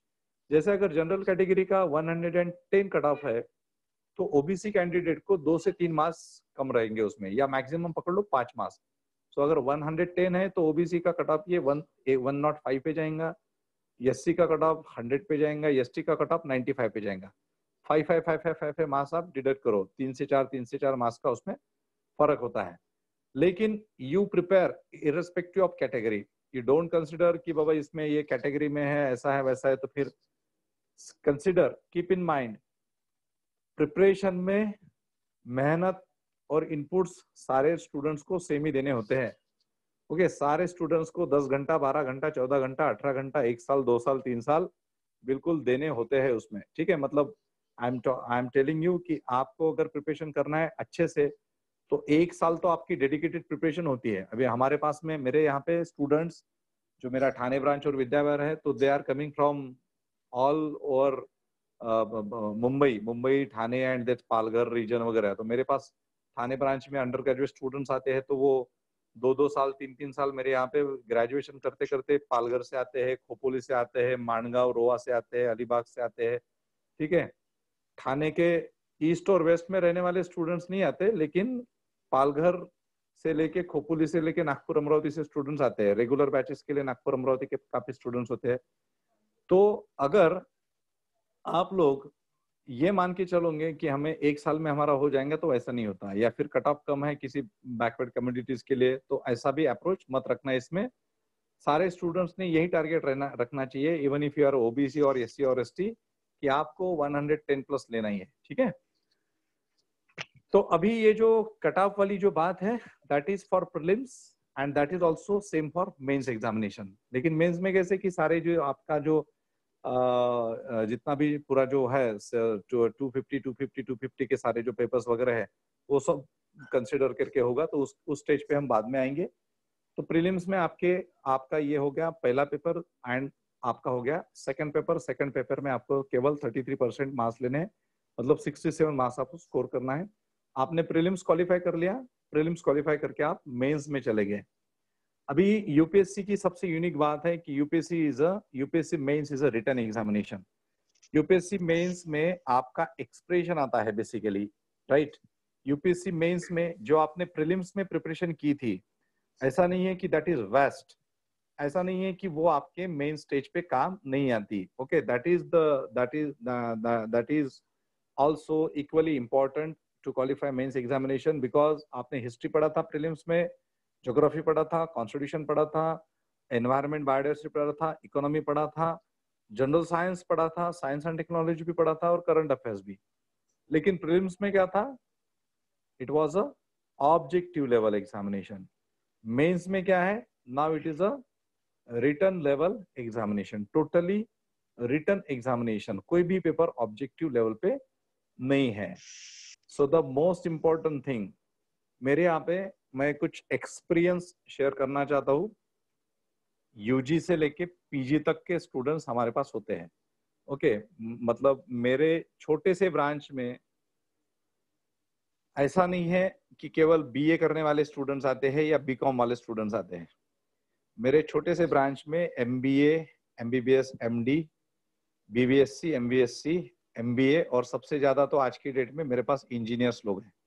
मतलब अगर मेरे पास 30 का batch है UPSC का, तो उसमें से 50% स्टूडेंट्स आर इंजीनियर्स और बाकी सब होते हैं। ठीक है, सो आप ये बात ध्यान में रखो कि इतना सब कुछ कर लेने के बाद भी अगर मैं आपको कहूँ कि India is my country, Bharat मेरा देश है, इस विषय पे 250 वर्ड्स में लिखो। हाँ चलो ये लिख लो, कल मुझे असाइनमेंट व्हाट्सएप पे भेज देना। India is my country, this is assignment for all of you. India is my country, this is assignment. कल मुझे व्हाट्सएप पे सेंड कर लेना सारे लोगों ने, 250 वर्ड्स में मुझे लिख के चाहिए, इंडिया इज माय कंट्री। ठीक है, बस यही आपका टॉपिक है। And since you are preparing for and you are intending to qualify this civil services examination, so I need to जज कि what is your writing level. Okay, writing skill क्या होता है। बस आपको India is my country, Bharat मेरा देश है ना। अभी मैंने इसके आगे और पीछे कुछ भी नाही कहा। हाँ, भारत माझा देश आहे, माझ्या देशातले सगळेच लोक महान आहेत, असं मी काहीच बोललेलो नाहीये। फक्त भारत माझा देश है, इंडिया इज माय कंट्री इतना ही कहा है। तो इंडिया इज माय कंट्री पे आपको क्या समझता है वो आप कल मुझे 250 वर्ड्स में आप मुझे व्हाट्सएप भेज देना मेरे 8108016455 8108016455 इस नंबर पे व्हाट्सएप कर देना। मैं ये सेशन के बाद वो चेक करके फिर आपको उसका इनपुट दूंगा, या फिर कल ही मैं चेक करके परसों मैं आपको इनपुट दूंगा कि आपने क्या लिखा है। BCom, BA, even engineering, management के स्टूडेंट्स और काफी सारे स्टूडेंट्स को बहुत बड़ी प्रॉब्लम्स होती है। हम लोग ऐसे व्यवस्था में सीख रहे हैं कि जहाँ पे रट्टा मारना, रॉड सिस्टम पे ज्यादा एम्फेसिस होता है। आजकल तो वो भी नहीं करते, आजकल सारा कुछ मटेरियल ऑनलाइन मिल जाता है। तो क्वालिफाई करने के लिए हम लोग क्या करते हैं, ऑनलाइन वीडियोस देखते हैं, ऑन टाइम पे एग्जाम को जाते जाते हम लोग किसी के नोट्स ले लेते हैं, बस उस नोट्स के आधार पे हम लोग क्वालिफाई हो जाते हैं। सो सी students, don't compare this civil services examination with your academic level examination. मैंने अगर कहा कि education system in India need to change, okay, or do you think that the education system in India is not sufficient to produce good citizen of India? Discuss. और फिर do you think, ऐसा मैंने अगर question कहा, ये question जो social issues है UPSC में, मतलब first paper of mains examination, Indian history, जो world history, geography and the social issues. So अगर मैं कोई क्वेश्चन पूछता हूँ एजुकेशन सब्जेक्ट पे, अगर मैं कोई क्वेश्चन पूछता हूँ विमेंस एम्पावरमेंट के, if I am asking a question, I means if UPSC is asking a question on the issues related to the status of different caste and communities, or the communal riots in India, or the caste tensions in India, or the different policies of the government with respect to the social and economic empowerment of this country, then अगर आप अलग अलग background से हो और without preparation और with preparation, अगर आप इस सब्जेक्ट पे 200 वर्ड्स का, हेलो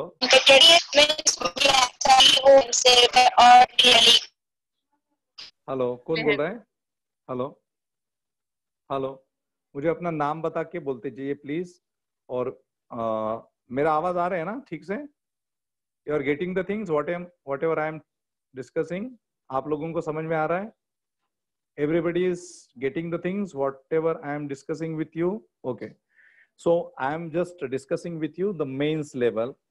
So mains level में ना क्या होता है कि आप किसी भी बैकग्राउंड के हो, नॉट नेसेसरी कि you are from arts background, और आर्ट्स बैकग्राउंड का व्यक्ति अच्छा लिख सकता है सिंस उसने हिस्ट्री पढ़ाया है। सर सब वो प्रेडिक्टेड नहीं ना, न्यूज़ में आया था। हेलो कौन बोल रहे हैं? हेलो नाम बताओ ना, नाम बता के बात करो। हेलो हाँ बोलिए। कृष्णा गुजरात वाले बात कर रहे हैं क्या? सूरत वाले, नेर वाले बात कर रहे हैं क्या? नर वाले? सर मैं ऐसा कि ये जूम है प्रोटेक्टेड नहीं है ना? हाँ में भी ऐसा कुछ आया। मनीषा सर क्या आया है तुम्हारे यहाँ पे? हेलो सर मैं पूछ रही हूँ कि जूम ऐप है वो प्रोटेक्ट नहीं है। तुम्हें अभी कोई प्रॉब्लम हो रही है क्या? ऐसा कहते हैं उसके डेटे को है। नहीं, आपको कोई अभी प्रॉब्लम हो रही है क्या लेक्चर में? नहीं। हाँ हेलो अभी जूम ऐप पे आपको कोई अभी प्रॉब्लम हो रही है क्या फिलहाल? आपको कुछ दिख रहा है क्या उल्टा सीधा? हेलो सर कुछ सुनाई नहीं देता। आपके माइक में या आपके फोन में प्रॉब्लम होंगी। आपका नाम बताइए मुझे। हेलो आवाज कट करके आती है। आपका नाम बताइए मुझे, आपका नाम? रोहित मनीषा। हाँ तो रोहित, वो रोहित मनीषा। रोहित मनीषा ना? हाँ अच्छा, अभी कोई प्रॉब्लम जा रही है क्या आपको? हेलो हाँ जूम ऐप या एनी अदर ऐप, उसके सारे ऐप्स के प्रॉब्लम है, सिक्योरिटी या व्हाटएवर जो भी है, बिकॉज आप अलाउ करते हो तो सारे ऐप के प्रॉब्लम्स हो सकते हैं। तो जूम भी वैसा एक ऐप है। तो we are conducting our lectures online only on the Zoom app since a month. So we don't have any problem till now, ठीक है। और हमने ये सर्विस जो है ये पैकेज में ली है, तो कोई ऐसा मत समझे कि जूम पे कुछ प्रॉब्लम्स वगैरह हैं, उनके साथ होना होता है, वो हो ही जाते हैं, किसी भी ऐप पे वो हो सकते हैं। मनीषा ना, ओके, एक मिनिट, हाँ ठीक है। सो कंटिन्यू करतो मी तुम्हाला पुढे, एक मिनिट। मनीषा,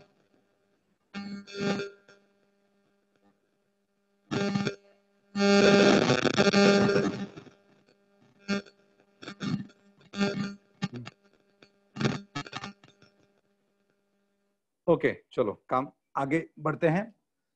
सो मेन्स एग्जामिनेशन मध्ये जो पहिला जो तुमचा पार्ट आहे that is related to your approach of this mains level examination and writing skill development. मतलब suppose even if you are a student from political science, history, geography or whatever examination, so it is not the thing that you are very much comfortable in writing the answers of mains examination, because it need somehow different knowledge level, somehow different approach and skill, ठीक है। Practice खूब महत्वाची आहे।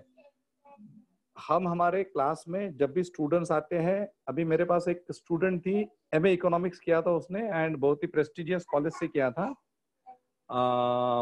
Somaiya is a very famous college of Mumbai, okay, and there are so many famous colleges in Mumbai like Ruia Patkar and all this colleges, and many of the students they are from this colleges, so they have done their graduate, post graduation वगैरह। जैसे तो मैंने MA economics किया था and she was from that college, so मैंने उसने कहा कि sir I will take economy as a subject, okay, as my optional subject economy. So मैंने बोला बहुत अच्छी बात है, because you have studied from a very good college of Mumbai, so you can go for economy subject. बस मैंने उसको 2-3 questions पूछ लिए इकोनॉमी के, जो बहुत ही बेसिक थे questions, okay, and I ask her to write 100 words answer to one question which was related to basic economic concept, right? See, a person who have studied from a very prestigious college and who have completed his or her graduation, post graduation from college, कैसे भी करो आप, लेकिन आपने MA किया है उस subject में, 2 साल 3 साल आप उस सब्जेक्ट को पढ़े हो, यूजी लेवल पे पढ़े हो, ग्रेजुएशन किया है, पीजी किया है, but you are not able to write 100 words on one particular small part or small particular thing of that subject, तो फिर आप लोग यूपीएससी को किस तरह से डील करोगे? यूपीएससी में आप कैसे मेंस क्वालिफाई कर पाओगे? तो ये काफी सारी प्रॉब्लम्स होती है। तो यूपीएससी मेंस में अगर आपको अच्छा स्कोर करना है तो सबसे इंपॉर्टेंट थिंग है कि if you are going for history subject, geography, constitution, economy and rest of the things, so you should develop your writing skill. अभी राइटिंग स्किल कैसे डेवलप करना है? जैसे मैंने आपको कहा कि इंडिया इज माय कंट्री, ये बहुत सिंपल क्वेश्चन हो गया, इंडिया इज माय कंट्री। मैंने कहा कि 250 वर्ड्स में आपको लिखना है। आप में से कोई लिखेगा इंडिया इज माय कंट्री, मेरी जो कंट्री है, and you need to write that in English. हाँ, इंग्लिश मध्ये लिहून आणा सगळ्यांनी, ओके, मतलब भेजो मुझे इंग्लिश में लिख के। सो आप अभी क्या होगा कि आपकी थिंकिंग प्रोसेस चालू हो जाएंगी कि सर ने मुझे बताया कि इंडिया इज माय कंट्री पे कुछ लिखो, या the women's empowerment in India is a challenging thing, okay, और education in India, okay, the present status and the challenges, ठीक है, ऐसे टाइप क्वेश्चन आ गया, या फिर मेंस में क्वेश्चन आ गया, सोशल इश्यूज पे आ गया, ओके। सो ऐसे जो क्वेश्चंस आते हैं ना, इसमें ये बातें होती है कि आपको उस पर्टिकुलर टॉपिक पे इंफॉर्मेशन होनी चाहिए। फर्स्ट थिंग, प्रॉपर इंफॉर्मेशन होनी चाहिए। रटी रटाई इंफॉर्मेशन काम में नहीं आती यूपीएससी के लिए, okay. Bookish information is not sufficient to write the answers, okay. आपको लगता होगा कि अरे भाई चलो मैंने कोई नोट्स पढ़ लिए है, किसी कोचिंग क्लासेस के नोट्स वगैरह पढ़ लिए हैं वगैरह वगैरह। So if you are thinking in this manner, so that is not sufficient to qualify your prelims, your mains examination, okay. So रटी रटाई जो ये है, that is not sufficient. You need to have your own ideas, you need to put up your own skill, है ना। जैसे अगर education के ऊपर हम लिखते हैं कि present status and the challenges of education system in India, so उसके बारे में नहीं, इंडिया में ऐसा एजुकेशन है और फिर इंडिया के एजुकेशन में फिर ऐसा ऐसा है, इंडिया में बहुत अच्छा है, या फिर इंडिया में ये कमी है वो कमी है, ऐसा होना चाहिए। तो क्या होना चाहिए, कैसा है, उसको आपको बहुत अच्छी तरह से एनालाइज करके, बहुत अच्छे से समझ के क्या है, क्या नहीं है और क्या होना चाहिए, राइट, गेटिंग द थिंग्स कि if you are talking about the education, so you should know कि what is there in India, okay, what need to be there in India, and how can we improve our situation with respect to the education. जैसे for example see, corona emergency अभी आ गई है, corona emergency आ गई है। Corona में क्या हो रहा है कि वी आर अंडरस्टैंडिंग दैट कि we are not competitive enough as compare to the European nations, western countries with respect to our health infrastructure. UPSC में अगर क्वेश्चन आएगा कि discuss the situation of health infrastructure in India considering the corona emergency, okay, corona emergency को समझते हुए भारत के health संरचना के बारे में चर्चा कीजिए, ओके, ऐसा अगर क्वेश्चन आता है तो उसके ऊपर ऐसा नहीं कि हमारे यहाँ पे ऐसा है वैसा है, हमारे यहाँ पे क्या है और क्या होना चाहिए, कितना अपग्रेड होना चाहिए, कैसे हो सकता है, ये जो खुद के जो विचार है ना, that personal opinion, okay, personal opinion मतलब ये होना चाहिए वो होना चाहिए, नहीं, because see you are becoming a responsible officer of this country, you are the future bureaucrats in of this country, so you are stepping into these services. so जब हम step up कर रहे हैं इस services में, तो ये होना चाहिए वो होना चाहिए, जैसे आम आदमी बोलते हैं ना, अरे क्या ये नहीं है वो नहीं है, keep aside the mentality of the common layman, be into the mentality of a bureaucrat, develop a mentality of bureaucrat, getting the things, समझ में आ रहा है मैं क्या बोल रहा हूँ, सगळ्यांना कळतंय? In the very first session of my lecture, I am not discussing rest of the things like history, geography. Today, tomorrow, I will discuss all these things. But mains को कैसे deal करना है and how to score maximum marks in mains. So mains में score करने के लिए जैसे traditional topics है history, geography, constitution, economy, science and technology. ये सारे टॉपिक्स में एक एकेडमिक मतलब उसका जो ट्रेडिशनल सिलेबस है वो थोड़ा सा बाजू में रखो, लेकिन उसमें जो क्रिटिकल एनालिसिस के जो क्वेश्चंस होते हैं, उस क्रिटिकल एनालिसिस के क्वेश्चंस में आपको ये जो आपकी एक अलग से मेंटालिटी है ना, वो डेवलप करनी बहुत जरूरी होती है, ठीक है। So that is the approach towards this particular examination at the mains level, ठीक है। सो मेंस में आपको 4 जनरल स्टडीज के पेपर्स होंगे, एक पेपर होगा आपका इंडियन हिस्ट्री, वर्ल्ड हिस्ट्री और प्लस ज्योग्राफी और plus social issues, okay. 250 marks 3 hours, 250 marks का क्वेश्चन पेपर है।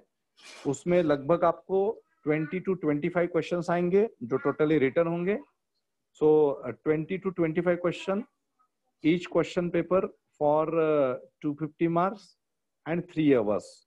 सो जनरल स्टडीज के 4 क्वेश्चन पेपर्स हो गए, 250 250 250 250, 1000 मार्क्स हो गए। फर्स्ट पेपर आपका हिस्ट्री, हिस्ट्री में फिर कल्चर आ गया, art architecture culture plus world history compulsory है, प्रीलिम्स में नहीं होता, मेंस में वर्ल्ड हिस्ट्री होता है और ज्योग्राफी होता है, ओके। और फिर सोशल इश्यूज होते हैं। This is the content of your first paper of UPSC civil services mains examination. आपका सेकंड पेपर होता है Indian constitution, governance and international relations, okay, आपका सेकंड पेपर। सो जो सेकंड पेपर है, in second paper you can see that कि there are so many things with respect to Indian Constitution. Tomorrow we are discussing that thing, तो आज मैं इसके ऊपर बात नहीं करूंगा। सो सेकंड पेपर जो है उसमें कॉन्स्टिट्यूशन प्लस गवर्नेंस प्लस आपका इंटरनेशनल रिलेशंस, ठीक है। थर्ड जो पेपर है वो है आपका economy plus science and technology plus sustainable development, biodiversity, and then your environment, okay, etc etc. So many things. And then आपका जो fourth paper है, that is related to ethics, okay, that is related to ethics, okay. एक minute,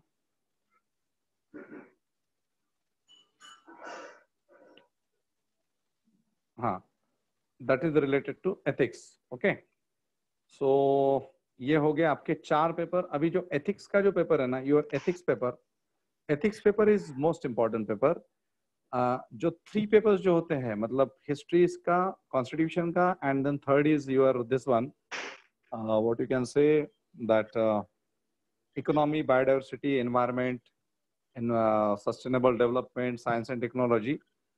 ये तो इसके एक traditional information है, इसका एक ट्रेडिशनल अप्रोच भी है, इसमें कंसेप्ट्स भी है, इंफॉर्मेशन भी है, सब कुछ है. अभी जो 4th पेपर है ना, ethics, so that is related to ethics and aptitude होता है ये.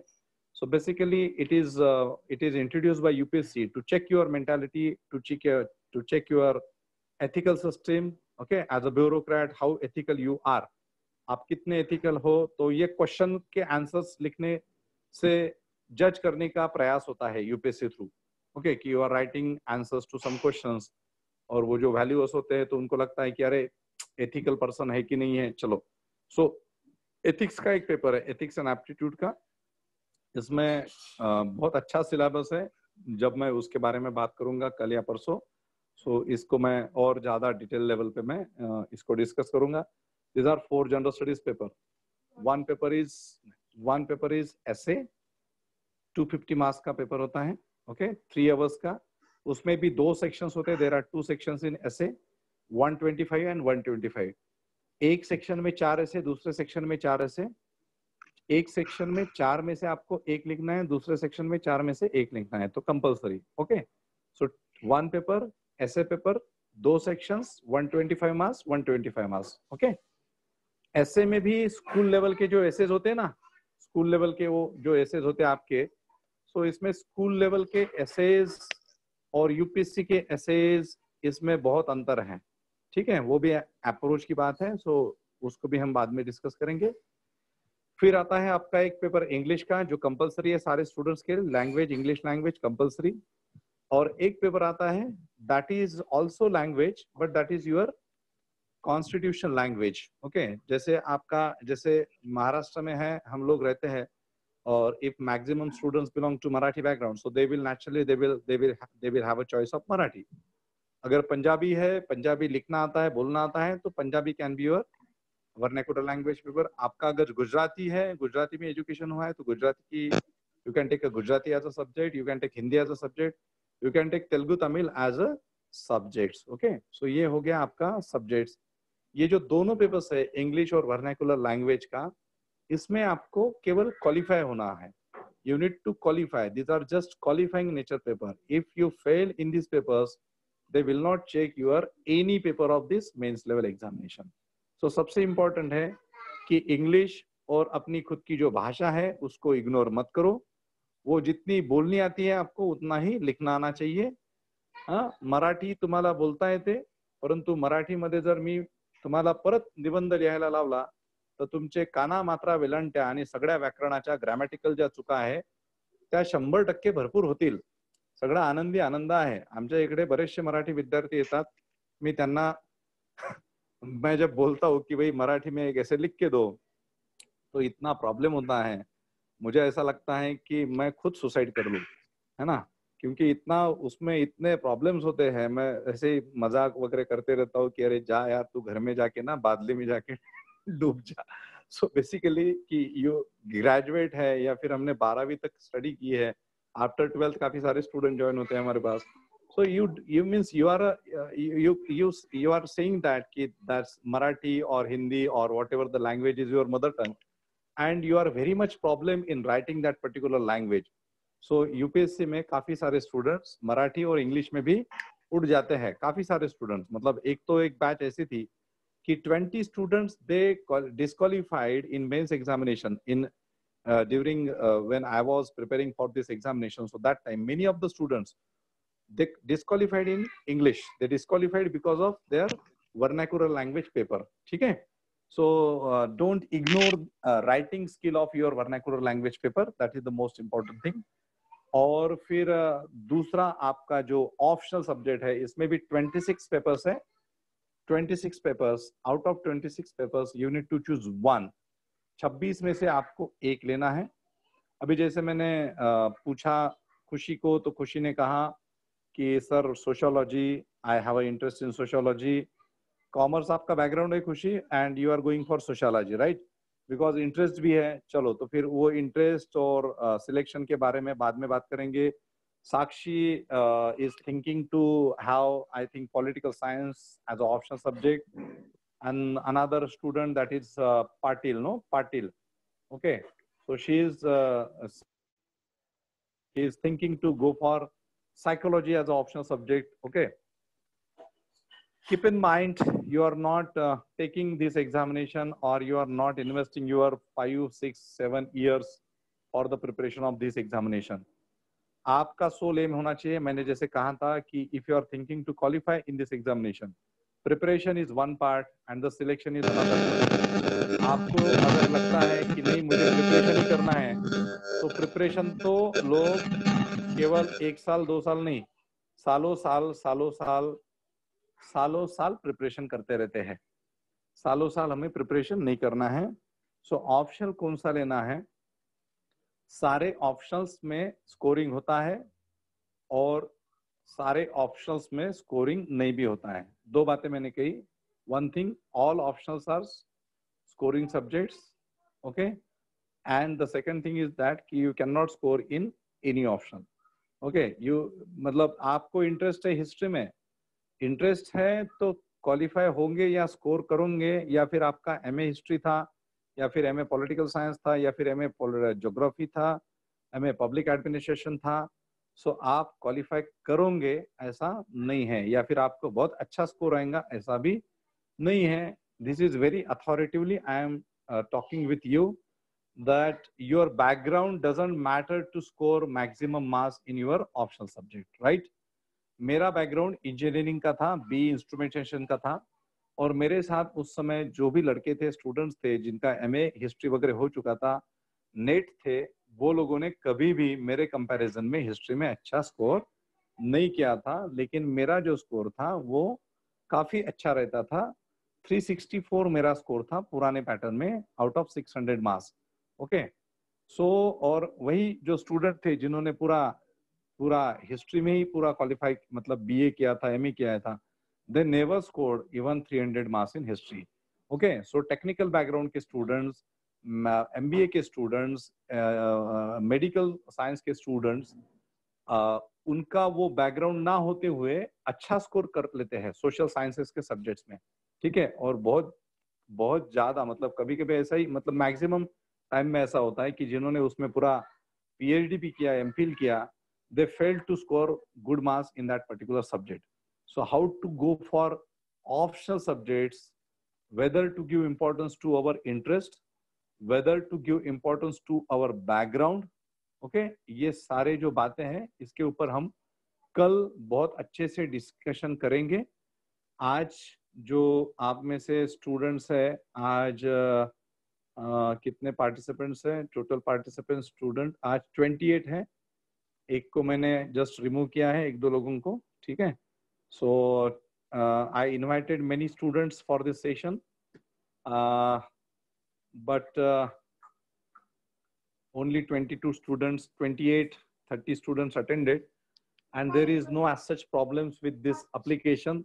And if you say there is problem with all applications, okay, so don't think that there are problems with this application. Keep your mobile in a with good connectivity. Internet connection अच्छा रखो. घर के जो आजू बाजू के लोग होंगे उनको बोलो कि बाबा शांत रहे, शांत बैठे, कम से कम 2 घंटे हम लेंगे. I am giving you much time of mind.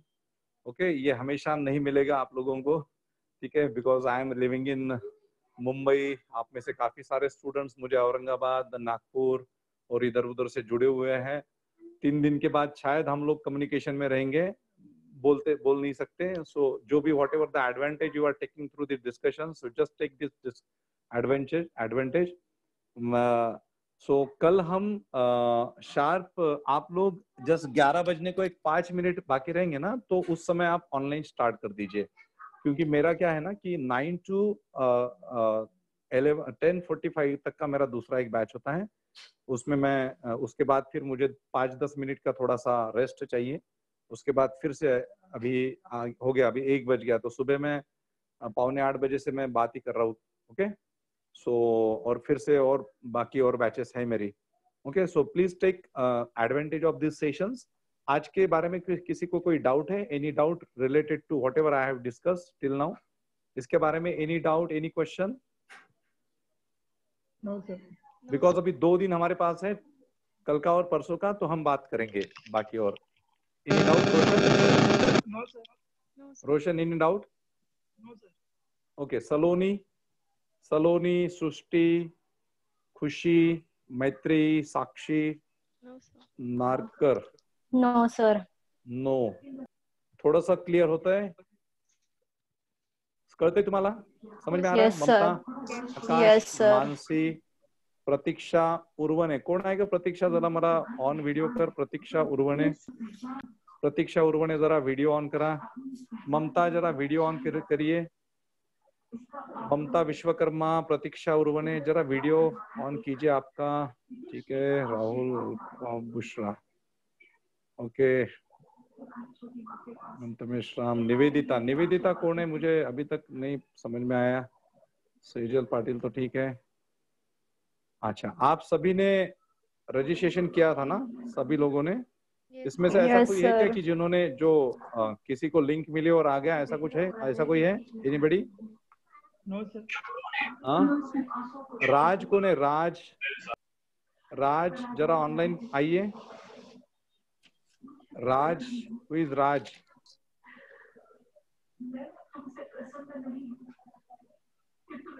राज जरा ऑनलाइन आइए. ओके, हाँ. नाव काय राज तुमचं? पूर्ण नाव? राज शिवेकर. ओके, पूर्ण नाव टाकाल.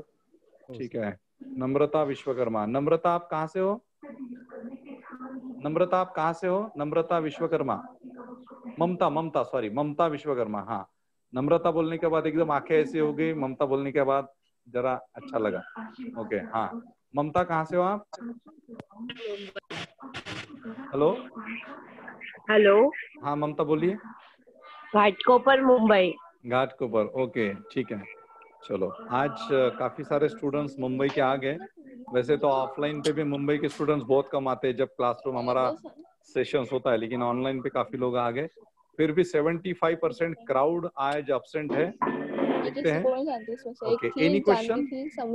वो भी चली गई. Any question related to today sessions? Khushi, any question? कोई क्वेश्चन है Khushi? Sir, people say that BCom students are not more comfortable for UPSC. Is it true? No, that is not the case. That is not the case because nobody is comfortable and everybody is comfortable. That comfort depends on your personality, है ना? क्या होता है कि कोई व्यक्ति, कोई student है, if a student is from arts background, if a student is from engineering background or management or medical science or commerce background, so he never studied all these sections of the UPSC syllabus during his graduation. So the same case is applicable to all fields, all streams, right? So आप जब UPSC की preparation करने लगते हो तो आपको academic level का कुछ भी नहीं पढ़ना है. और इसमें क्या कहा जाता है कि जो 10th लेवल का होता है, 12th लेवल की जो प्रिपरेशन होती है, जैसे हम स्टूडेंट्स को बताते हैं कि जैसे हमारे पास अभी एडमिशंस होते हैं तो हम बताते हैं कि you go through basic books. Basic books means what? Your CBSE board books, NCERT, your school books. So शुरुआत वहां से एक रिवीजन काइंड ऑफ करने के लिए होता है. तो ये सबको, ये जो फॉर्मूला है या ये जो पैटर्न है सबके लिए लागू है. अभी मैं जब था तो मैंने तो कभी NCERTs वगैरह एज सच पढ़ी नहीं थी. I directly started with the standard books और मैंने मैक्सिमम स्टैंडर्ड बुक्स ही पढ़े थे. Even I referred my coaching institutions book for 1 year.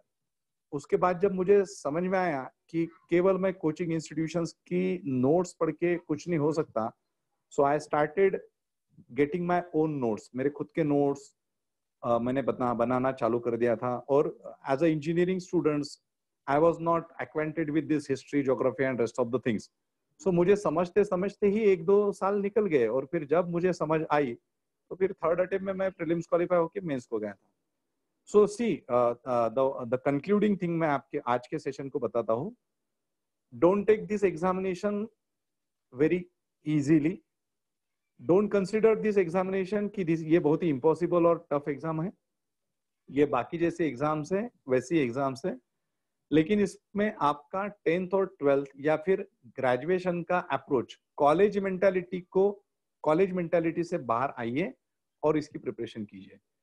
आप में से हर कोई एवरेज स्टूडेंट जिन्होंने 50% 40% भी मार्क्स लिया होगा, और जो लोग फेल भी होंगे, उनके अंदर में अगर जज्बा है, स्पिरिट है, जुनून जिसे हम बोलते हैं, डेडिकेशन है, एक कॉन्फिडेंस लेवल है, और आप डेस्परेट हो to qualify this examination, then surely you can qualify this examination.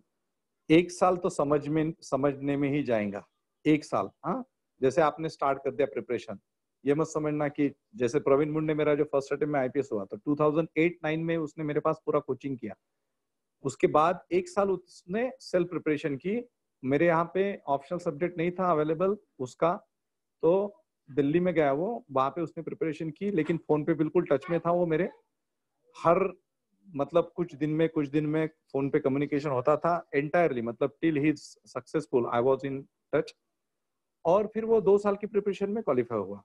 जय वाघमारे जो मेरे यहाँ से फर्स्ट अटेम्प्ट में आईआरएस हुआ, उसने तो 1 ही साल में क्वालिफाई किया, और वो लकी था कि उस समय सीसैट की वजह से वो प्रीलिम्स क्वालिफाई हो गया, और फिर मेंस के लिए उसको बहुत कम टाइम मिला, but still he qualify mains examination. और फर्स्ट अटेम्प्ट में वो एक ही ऐसा कैंडिडेट है कि फर्स्ट अटेम्प्ट में वो क्वालिफाई हो गया. तो उसका बैकग्राउंड क्या था? उसका बैकग्राउंड तो ये यूपीएससी का था ही नहीं, मतलब हिस्ट्री ज्योग्राफी का बैकग्राउंड नहीं था उसका.